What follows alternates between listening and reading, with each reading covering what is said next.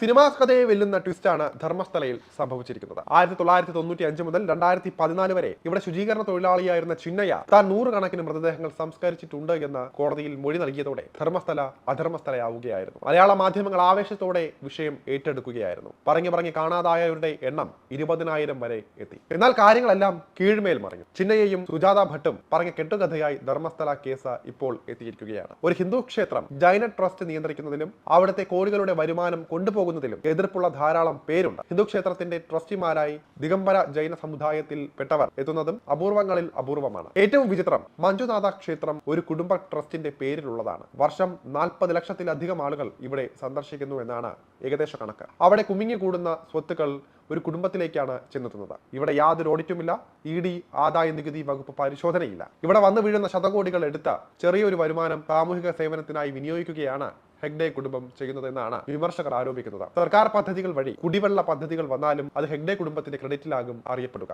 ഒരു ജൈന ട്രസ്റ്റ് നടത്താത്തത് കൊണ്ടാണ് സർക്കാർ മഞ്ജുനാഥ ക്ഷേത്രം ഏറ്റെടുക്കാത്തത് എന്നാണ് വാദമുയർന്നത്. ജൈനർക്കൊപ്പം ക്ഷേത്രകാര്യങ്ങൾ നിയന്ത്രിക്കുന്നത് ധർമ്മസ്ഥലയിലെ ഇതര ബ്രാഹ്മണ കുടുംബങ്ങളാണ്. പക്ഷേ ഇപ്പോൾ വിവാദങ്ങളെ തുടർന്ന് ക്ഷേത്രം സർക്കാർ ഏറ്റെടുക്കണമെന്ന ആവശ്യം ഉയരുകയാണ്. എന്നാൽ ഹിന്ദു ക്ഷേത്രം തങ്ങൾ പിടിച്ചെടുത്തതല്ല എന്നും പരമ്പരാഗതമായ ആചാരത്തിന്റെ ഭാഗമായാണ് ക്ഷേത്രം തങ്ങളുടെ കയ്യിൽ വന്നത് എന്നുമാണ് ഐതിഹ്യം ഉദ്ധരിച്ചുകൊണ്ട് ഹെഗ്ഡെ കുടുംബം പറയുന്നത്.